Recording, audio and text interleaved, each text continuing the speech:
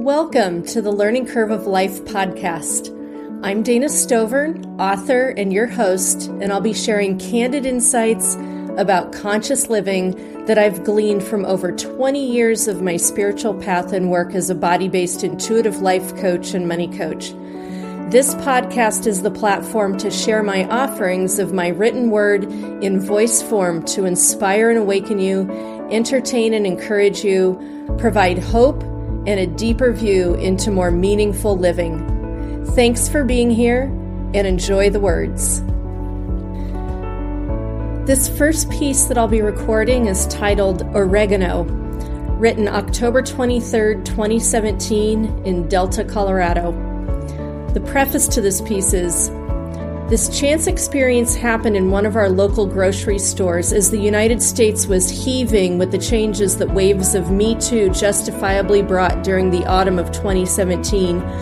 I felt so removed from the storm of the movement while living in the remote North Fork of the Gunnison River on Colorado's western slope.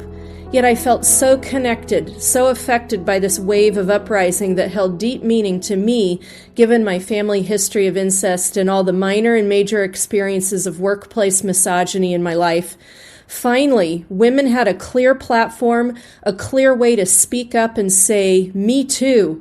Finally, a conversation was taking place, even if that conversation was raging.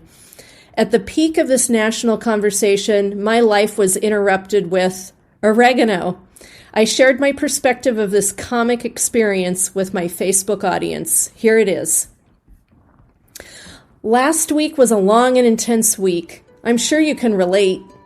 Astrological intensity, personal life intensity, professional intensity, national news intensity. It was a bit much. By Friday, my emotional bandwidth was shot. That means my ability to respond to my fellow human beings in a patient and compassionate way was on a short leash. That's about when a bearded, booted, jean-clad elderly gentleman wearing a beat-up cowboy hat in the local Delta, Colorado city market seemed to suddenly spot me on his radar from across the vegetable section and gyrate off-kilter directly toward me in a scarecrow windmill style. It seemed all his appendages gyrated in a radical swirling motion. Somehow, I didn't seem to be able to move. I was like a bug on a windshield as his windmilling moved rapidly across the store to me. Nearly instantly, my typical compassionate bandwidth went out the window, and my antenna-like radar shot through the roof while the hairs on the back of my neck stood on end. When he arrived mere feet from me, the first words out of his mouth were, "You look smarter than me." The first thoughts that rolled through my head echoed in shades of the Me Too movement that had been raging through headlines on my computer and my social media accounts. Even so, I simultaneously reminded myself that this person, from rustic cowboy appearances, probably wasn't on social media. His social media was probably horses, or fields, or cattle. His shorthand was probably noting how much feed was left for grazing in a field, how to crack enough ice open on a water trough so animals could drink in January, how to gauge preparing for a storm on the horizon to secure feed and animals. The crossfire of his erratic presence and all the information rolling through my brain froze me next to the bananas. I held my position, not saying anything, knowing I probably had a funny look on my face. I was internally grasping for straws, trying to decide if I would slug him or bolt. Both options felt appropriate and ridiculous. Fortunately, I did neither. My pause gave him just the amount of room he needed to ask, "You look smart. What's oregano? Where's oregano?" I felt my inner psyche shake off the PTSD rolling around inside me like a dog shaking off a bath, and I returned to the present moment in the grocery store. This time, I arrived into our space, realizing I was with a completely disarmed old man, merely asking me where he could find seasonings.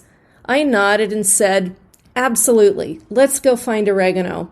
I told him it was an herb and we'd find it in the baking aisle. During our short ramble to the baking ingredients, he described the meatball recipe he wanted to try, and the ingredient he was missing, it was oregano. He was very excited about his culinary adventure. It was not lost on me that I was a guide in his journey of exploring his feminine, and he was a grounding agent to give me perspective in the national storm and bring me back to my own reality. We found the bottle of oregano. It was on sale. He was happy. I was relieved. As I walked away and around the corner of the aisle, I could not help but shed a couple of tears and thank God for a simple search for oregano in the grocery store with my fellow human being. Thank God for that bottle of oregano. You've just listened to an Along the Learning Curve of Life piece with Dana Stovern.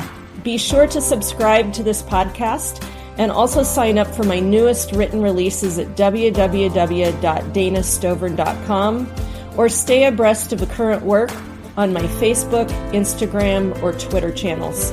And remember, stay curious, stay aware, and let the universe be your tour guide.